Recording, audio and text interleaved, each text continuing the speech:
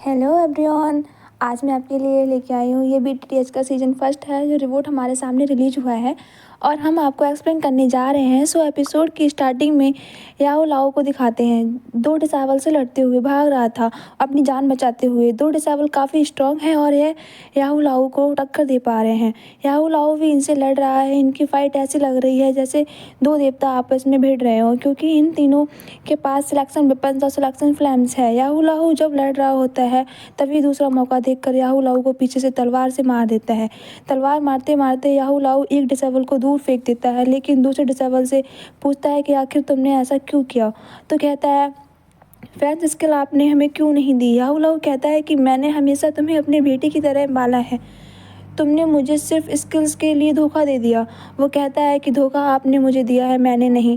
वो स्किल मुझसे दूर रखकर, अगर आप ऐसा नहीं करते तो मैं बहुत ताकतवर बन चुका होता और अब आप इसी के लायक हैं। याहू लाहू फिर पहाड़ी से नीचे गिर जाता है। वहीं दूसरी तरफ कुछ साल बाद हमें जिहान की कहानी देखने को मिलती है कि कैसे 11 साल का बच्चा जीनियस दिखाई पड़ता है, लेकिन 11 साल के बाद उसकी कल्टीवेशन बहुत कम होती जा रही थी और वो लूजर बनता जा रहा था। जियाओ की फैमिली को सिर्फ उसी से उम्मीद थी कि आखिर इसका एक होप था, वो सिर्फ ओनली जियान ही था।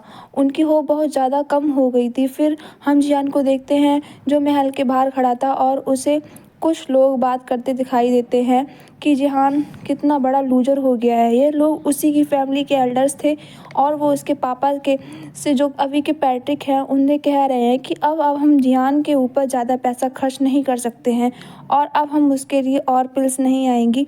एल्डर्स ये भी कहते हैं कि अगर जिहान 1 साल के अंदर स्ट्रॉन्ग नहीं हुआ तो हम उसे ट्रेनिंग देना भी बंद कर देंगे। वहीं फिर जिहान गुस्से में अपने रूम में जाकर कल्टीवेट करने की कोशिश करता है।